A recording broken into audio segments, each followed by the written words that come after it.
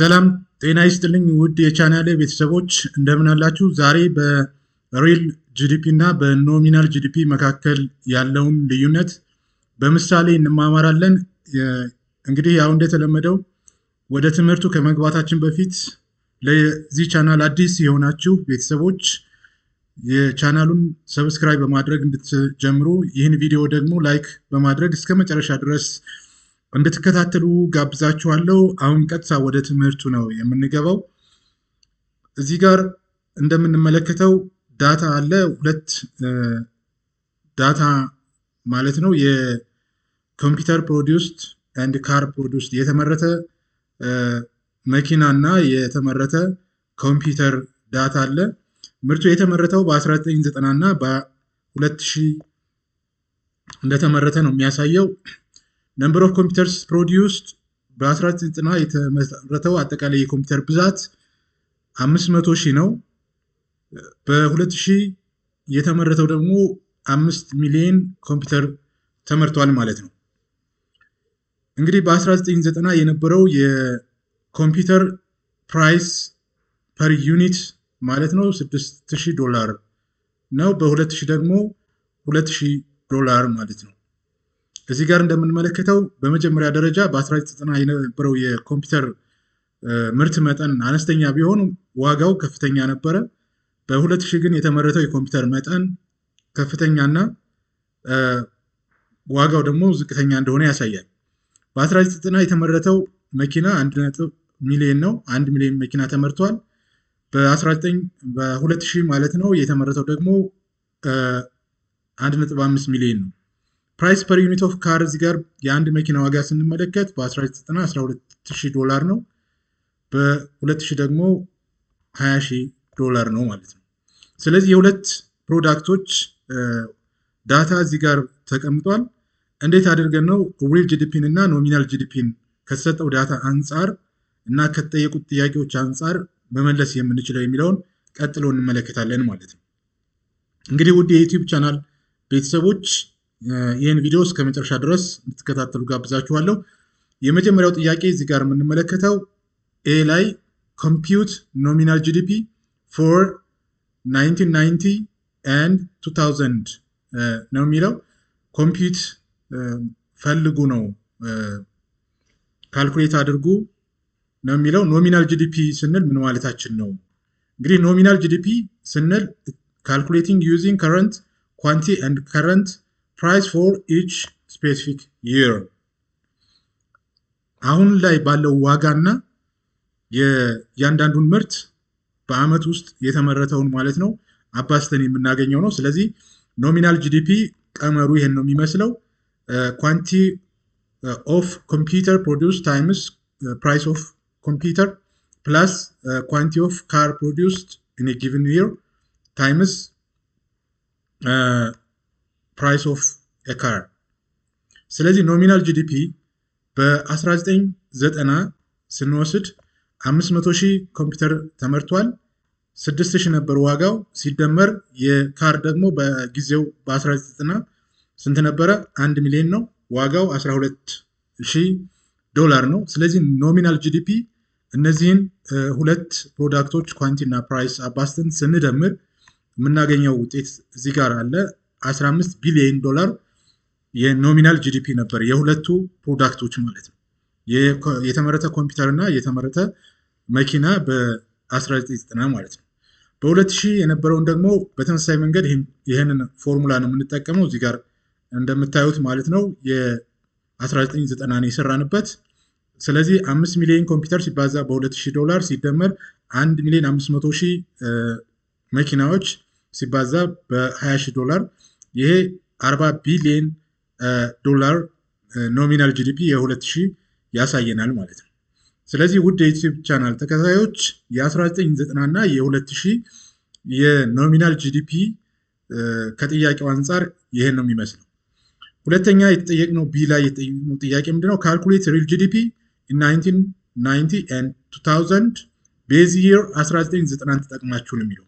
የ1990 እና የ2000ን ሪል ጂዲፒ አስሉ። ሪል ጂዲፒ ስታስሉ ግን ቤዝ ይር ቤዝ ይር ብዙ ጊዜ የምንጠቀመው ለሪል ጂዲፒ ነው። የ1990 ተጠቀሙ ነው የሚለው። ስለዚህ ሪል ጂዲፒ እንዴት አድርገን ነው የምናሰላው ስንል ወይም የምንሰራው ኮምፒውት የምናደርገው ስንል uses output quantity from the given year evaluated at a constant 1990 ዓመተ ምህረት ያለውን ፕራይስ ቤዝ ይር ተጠቅመን ነው። ዛት ሚንስ በ1990 የነበረው የኮምፒውተር 6000 ነው፣ የካር ደግሞ 12000 ነው። ቴብሉ ላይ እንደተመለከት ነው ማለት ነው። ስለዚህ ሪል ጂዲፒው ምንድነው ስንል የ1990 ከኖሚናል ጂዲፒው ጋር ተመሳሳይ ነው። ምክንያቱም ለውጥ አይኖረውም። ኖሚናል ጂዲፒ እና ሪል ጂዲፒው ተመሳሳይ ነው። ቤዝ ይር የ1990 ስለተወሰደ ማለት ነው። ስለዚህ የ1990 ሪል ጂዲፒ ከኖሚናል ጂዲፒ ኢን ዘ ቤዝ ይር ኢኳል ነው፣ እኩል ነው ማለት ነው። ስለዚህ ይህንን በጥንቃቄ ማወቅና መረዳት ይኖርባቸዋል። የ2000 ሪል ጂዲፒ ግን ከ1990 ይለያል። ለምን? በኳንቲቲም በፕራይስም ለውጥ ስለሚኖር ማለት ነው። ሪል ጂዲፒ 2000 የኮምፒውተር እና የመኪና ማለት ነው ቤዝ ይር ስንጠቀም ለኮምፒውተር 6000 ነው፣ ለመኪና 12000። የ1990 ፕራይስን እንደ ቤዝ ይር እንጠቀም ስላልን ማለት ነው። ስለዚህ አጠቃላይ ሪል ጂዲፒው እዚህ ጋር 5 ሚሊዮን ሲባዛ በ6000 ሲደመር 1.5 ሚሊዮን ሲባዛ በ12000 እዚህ ጋር 30 ቢሊዮን ዶላር ይመጣል። ሲደመር 18 ቢሊዮን ዶላር እኩል ይሆናል 48 ቢሊዮን ዶላር። ስለዚህ ሪል ጂዲፒ in 1990 and 2000 ቤዝ ይር 1990 ስንጠቀም የሚመጣው ይሄን ነው ማለት ነው። ስለዚህ የ2000 ይሆናል የ1990 ከኖሚናል ጂዲፒ ጋር እኩል እንደሆነ እንረዳለን ማለት ነው። ሲ ላይ የተጠየቀው ጥያቄ ምንድነው? ፐርሰንቴጅ ቼንጅ ኢን ሪል ጂዲፒ ቤዝ ይር 1990 ተጠቅመን ፐርሰንቴጅ ቼንጅ ኢን ሪል ጂዲፒ ቤዝ ይር 1990 ተጠቅመን ፐርሰንቴጅ ቼንጅ ኢን ሪል ጂዲፒ ማለት ነው። ቀመሩን በሚገባ መጀመሪያ ማወቅ ያስፈልጋል እዚህ ጋር ማለት ነው። ስለዚህ ፐርሰንቴጅ ቼንጅ real GDP which is equal to real GDP 2000 minus real GDP 1990 over real GDP 1990 times 100 ማለት ነው። ስለዚህ ይህን ቀመር ተጠቅመን በቀላሉ percentage change in real GDP እናገኛለን ማለት ነው። ስለዚህ real GDP 2000 already calculate አድርገን ያገኘነው ስለሆነ 48 ቢሊዮን ዶላር እዚህ ያለ ሲቀነስ የሪል ጂዲፒ 1990 ደግሞ 15 ቢሊዮን ዶላር እዚህ ጋር ሰርተን ያገኘው ከኖሚናል ጋር እኩል ነው ያልነው ሲባዛ በመቶ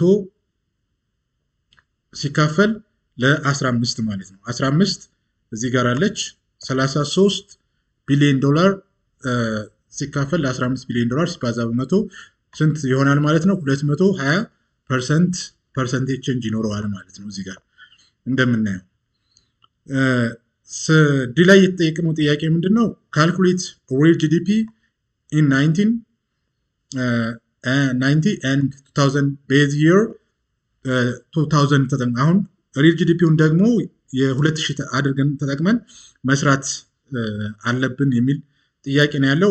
የፕራይስ ኦፍ ኮምፒውተር 2000 ላይ ያለው ስንት ነው? 2000 ዶላር ነው። ፕራይስ ኦፍ ካር 20,000 ዶላር ነው ማለት ነው። በ1990 ያለው የሪል ጂዲፒ ቤዝ ይር 2000 ስንጠቀም ኦልሬዲ አባስተን የምናገኘው 500,000 ሲባዛ በ2000 ሲደመር 1 ሚሊዮን ሲባዛ በ20,000 ለምን 20,000 እዚህ ጋር እና 2000 የ2000 ቤዝ ይር እንጠቀም ስላለን ማለት ነው። ስለዚህ በአጠቃላይ ካልኩሌት አድርገን የምናገኘው 21 ቢሊዮን ዶላር ይሆናል ማለት ነው። ሪል ጂዲፒ ከየ1990 ማለት ነው። ኖሚናል ጂዲፒው የ2000 ደግሞ ሪል ጂዲፒው የ2000 ከኖሚናል ጂዲፒ ጋር እኩል ነው ቤዝ ይር ስለሆነ ለምን ፕራይስን እንደ ቤዝ ይር እንጠቀም ስላለን ማለት ነው። ስለዚህ በቀላሉ አባስተን የምናገኘው ነው ይሄ 40 ቢሊዮን ዶላር ይሆናል ማለት ነው። እንግዲህ ውድ የዩቲዩብ ቻናል ተከታታዮች በእርግጠኝነት ይህን ቪዲዮ እየተከታተላችሁ እንደሆነ ተስፋ አደርጋለሁ። ይህ ላይ የተጠየቃችሁ ጥያቄ ፐርሰንቴጅ ቼንጅ ኢን ሪል ጂዲፒ ቤዝ ይር 2000 ላይ ተጠቅመን እንስራ ነው። ኦልሬዲ ፎርሙላው ከላይ ያለው እንጠቀማለን። ሪል ጂዲፒ which is equal to የካልኩሌት አድርገን ያገኘ ነው የ2000 ቤዝ ይር ሲቀነስ የ1990 ጂዲፒ ቤዝ ይር 2000 አድርገን ማለት ነው ያገኘ ነው 21 ቢሊዮን ዶላር ነው። ሲካፈል ለመቶ ሲባዛ በመቶ